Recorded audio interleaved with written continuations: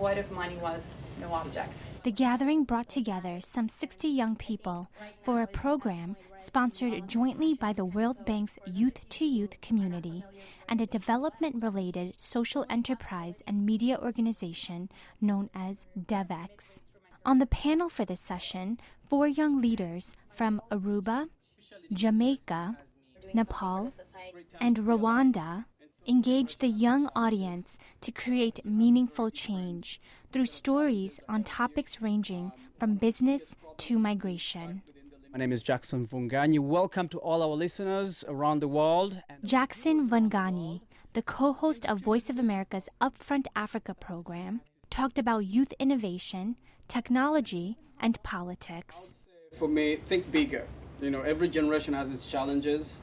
Vunganyi began his life in a refugee camp in western Uganda and struggled to make his dreams come true. He recalls listening to VOA as a young child with his father in Africa. His radio show now reaches millions of students and young professionals, much like those in this day's audience. I give them a message to travel, to open their world, to think bigger. Travel, go out of their comfort zones, but also their geographical zones, and understand that the people, to understand the cultures and the people for which they'll be making decisions about. The State Department's Special Advisor for Global Youth Issues, Andy Rabins, moderated the panel. He and his colleagues are finding ways for the U.S. government to better interact with young people around the world to address such problems as youth recruitment by extremist groups. Rabin says young people have to find positive ways to channel their anger and frustration into action and positive change. It's far too often that young people are seen through a lens of fear and insecurity, and I think hearing some of the inspiring stories tonight reframes that narrative and that lens through something that's more positive.